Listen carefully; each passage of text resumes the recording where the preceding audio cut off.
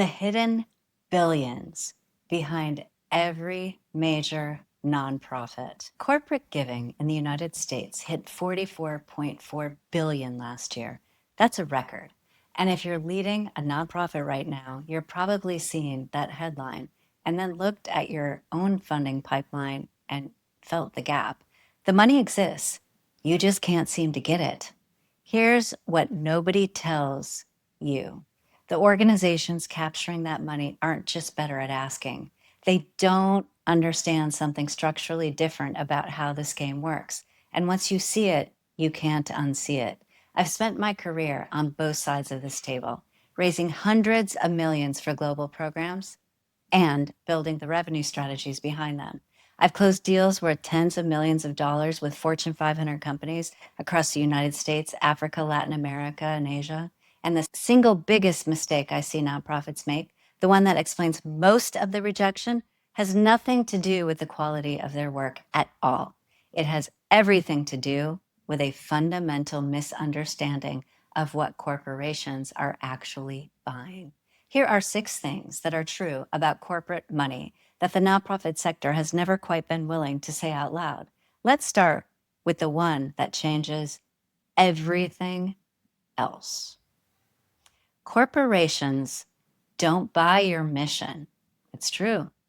They buy your audience. Let's start with the thing most nonprofits get wrong before they even walk into the room. When a corporation evaluates a sponsorship, the internal conversation does not sound like, do we believe in their cause? It more sounds like this. Does their audience overlap with our customers, the people who buy from us? That's the real question. Corporations are not in the business of charity at this level. They're in the business of risk management, brand positioning, and stakeholder trust. What your nonprofit offers them, if you have the right audience and the right credibility, is something they genuinely cannot manufacture on their own. It is a name in marketing, the halo effect, right? When a company's logo appears next to a trusted mission-driven organization, the nonprofit's morale authority transfers to the brand. That transfer credibility is worth real money, more than any billboard they could ever buy. But here's where most organizations go wrong. They walk in talking about what they need, and the corporation is sitting there thinking about what they're evaluating. Because they're not evaluating you as a beneficiary. They're evaluating you as an actual vendor. Once I understood that, everything changed about how I approach corporate conversations. I stopped selling programs. I started structuring partnerships around what corporations actually care about. They care about reputation. They care about management. They care about stakeholder trust, workforce pride, and marketing positioning. And what they're buying varies depending on where you are in the world. In the US, corporations are primarily buying visibility and narrative control. In Europe, they're buying credibility and compliance alignment. And in emerging markets, they're buying social license to operate, the community trust that lets them function in places where they're not welcome without a credible partner. But everywhere, underneath the surface, they're buying risk mitigation, wrapped in what I call impact language.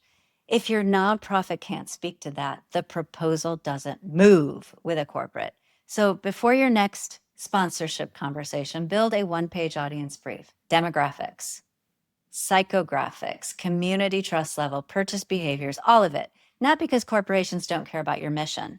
They actually do, as a baseline. But without audience data, you're not pitching a partnership. You're asking for simply a donation. And those are fundamentally different for corporations, right? Corporations want to understand your audience and what they can get from it. The proposal's real job isn't to sell to your contact. Here's something almost nobody talks about. The person who reads your proposal is not the person who approves it. The CSR manager opens your email. They read the first 2 pages, but the check gets signed by a CFO or a vice president of brand or a head of HR who has never seen your name before. That means your proposal has one job that most people never think about. Its job is not to Persuade your contact. Its job is to give your contact the ammunition to persuade someone else on your behalf. When I think about the proposals that closed large deals versus the ones that got rejected, the difference was never about how passionate the writing was. It came down to three things every single time. First, a clear business case, not just impact, but how that impact happens, how it's sustained, and what the return looks like for the community and the company. Second, a defined participant group, exactly who this sponsorship reaches in specific terms and why that matters to the company's customer base or workforce. And third, operational competence. They want timelines, reporting structures, governance, and key performance indicators, those KPIs. This last one is more important than most people realize. When a corporate decision maker sees a proposal with no reporting structure, no governance plan, and no defined metrics, the message they receive is this organization will be hard to manage. They are a high risk, and corporations avoid risk. Hey, this is Gretchen.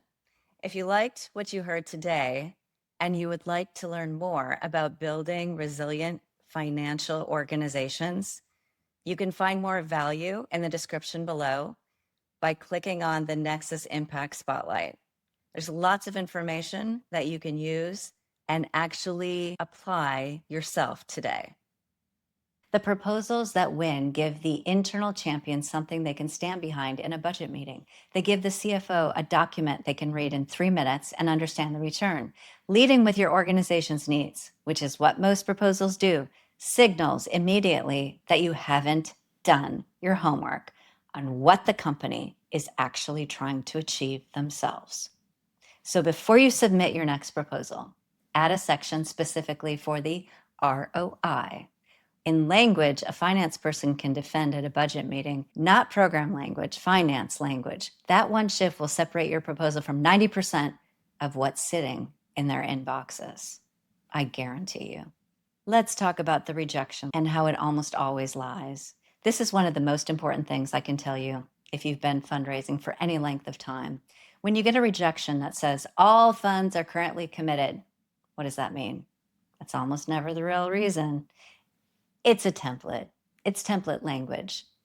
One beverage company sponsorship manager reportedly receives 200 sponsorship requests per day. Most get 30 seconds at most. The decision to move forward or not happens almost immediately, and it has nothing to do with whether funds are committed. When I've seen deals fall through from the inside, it usually comes down to one of three things. First, an internal champion lost political capital. Someone was fighting for you and something changed. A budget reshuffle, a leadership transition, a shift in priorities, something, and that person no longer had the standing to push it through. Second, another organization showed up with a cleaner business case. Not necessarily a better mission, but a clearer case. The funding went somewhere it was easier to defend. Third, the budget exists, but no one was willing to fight for you internally. Your proposal didn't give anyone enough to work with. This is the most fixable one and the most common. The reason this matters is what you do after a rejection. Most people accept the canned response and they move on. A small number of people, and this is where the real intelligence lives, reply and ask for one specific piece of feedback. Not what did we do wrong? Something like we genuinely like to understand where the proposal fell short so we can improve for future conversations. Is there one thing that would have made this move compelling? That conversation almost nobody has. And when you have it, you learn things no webinar will ever teach you. The rejection letter is a door. Most people walk away from it. The ones who knock on it and the ones who eventually get in, those are the ones who have a better understanding of what they need to do next time. Mission opens the door, but it doesn't close the deal. I want to share something that happened early in my career that changed how I approach every corporate conversation. I had worked for weeks on a presentation. The mission was very compelling. The impact story was real. The visuals were strong, and I walked out of that room thinking I had delivered something that would move them completely. The feedback I got was direct. They said, "It's inspiring, but how does it actually help our community?" and our company? That question reframed everything for me. Mission opens doors. It gets you in the room. It creates the emotional context that makes a corporation willing to lean in, right? But it doesn't close the deal. What closes the deal is a clear answer to the question the corporation is actually asking. What's in this for us?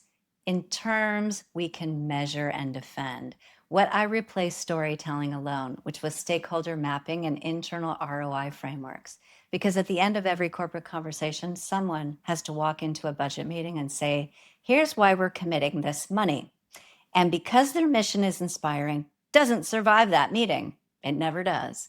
Because this partnership reaches 40,000 households in our target demographic and generates measurable brand lift in a community where we're trying to enter. That right there survives the meeting. There's a second reason the one-page audience brief matters that I mentioned earlier. The brief itself is almost secondary. The process of building it is what actually changes you. Because to write it, you have to sit down and genuinely think through how your mission connects to what a corporation is trying to achieve, not in general terms, in very specific terms. And when you've done that work, the conversation changes because you're no longer hoping the corporation will make the connection. You're making the connection for them. After your next pitch, ask yourself one question. Did I explain the return or did I just explain the cause? Those are different pitches and they lead to very different outcomes. The sector is being systematically silenced and almost nobody is naming it. This next part is uncomfortable, but it needs to be said. I've watched it happen, and I think every nonprofit leader needs to understand the mechanism because it doesn't announce itself. When a corporation sponsors your organization, they're not just buying your audience. Over time, in many cases, they're buying your silence. Not explicitly, not with a direct threat, but through the slow compounding effect of funding gravity. Nonprofits reshape their programs toward partnership-friendly work over time, not because anyone forced them to, but because that's what gets renewed. The hard advocacy work gets softened. The systemic challenges get reframed as feel-good initiatives because that's what a sponsor wants their logo next to. I watched this happen to an organization firsthand. They accepted a generous corporate partnership and embedded in the agreement in language they signed without fully reading were exclusive branding rights, content approval requirements, program influence provisions, and reporting language, all controlled by the sponsor, the corporate. 6 months later, they needed to publicly advocate on an issue central to their own mission, but they couldn't because it conflicted with the sponsor's interests and what they had signed. They hadn't realized they had handed over their entire narrative. This isn't an isolated case. The Science Museum in London signed a sponsorship agreement with Shell for a climate exhibition.